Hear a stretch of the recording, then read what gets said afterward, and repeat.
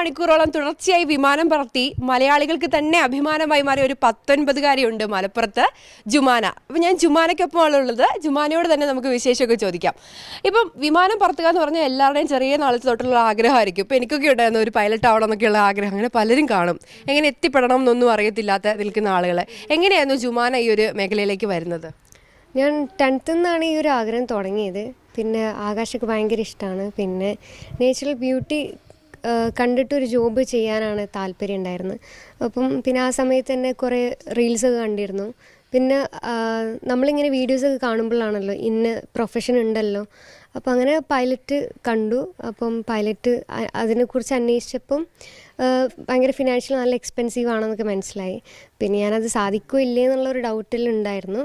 പക്ഷേ ഞാൻ 10ാം ക്ലാസ്സിനും +1 +2 ഇതിനെക്കുറിച്ച് എൻക്വയറി ചെയ്യാൻ തുടങ്ങി. പിന്നെ +1 +2 സയൻസ് എടുത്തതിന്